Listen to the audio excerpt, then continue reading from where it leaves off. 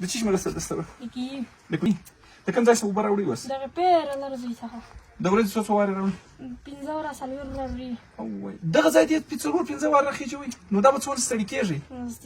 ډېر زیات ستړي کېږي. دا د دوستانو دې ځای ته راورسېدلو تاسو ورته وګورئ دغسې طبیعي دا رقم کورونه وطاقو ته ټول داسې راکښېنستلي راښویېدلي دې خوا ته راښویېدلي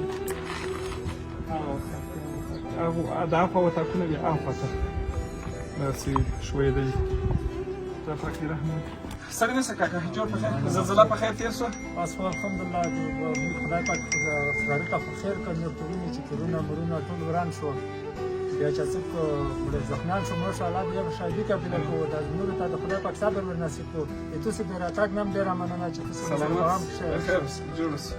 دوستانو دغسې ده ټولو د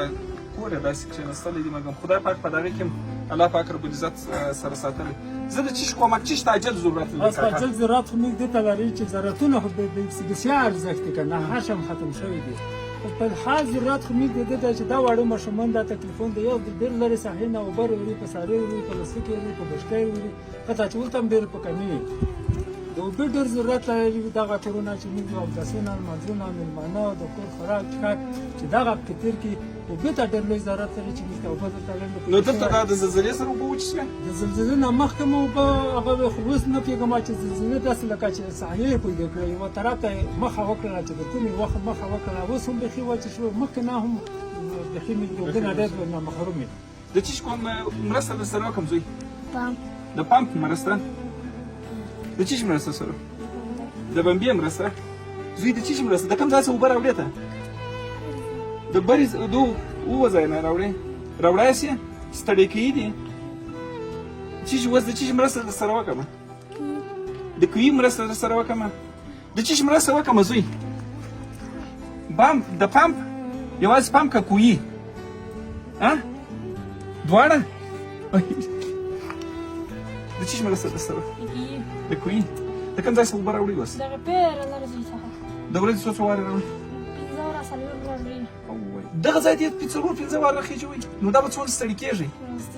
ډېر زیات ستړي کېږي. ډېر زیات ستړي کېږي دا ټوله چې دا ټوله کلي ته پر دغه ځای باندې یوه دانه کوهي درته جوړ کړه خوشحاله یاست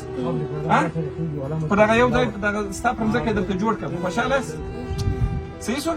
زه به کوښښ وکړم چې پر دغه ځای باندې درته جوړ کړم صحیح ده سمه خدای پامان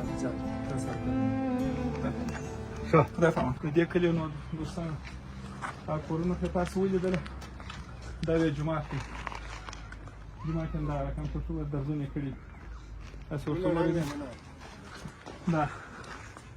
څنګه نسې کاکا جوړ په خیر څه په خیر څه سلامت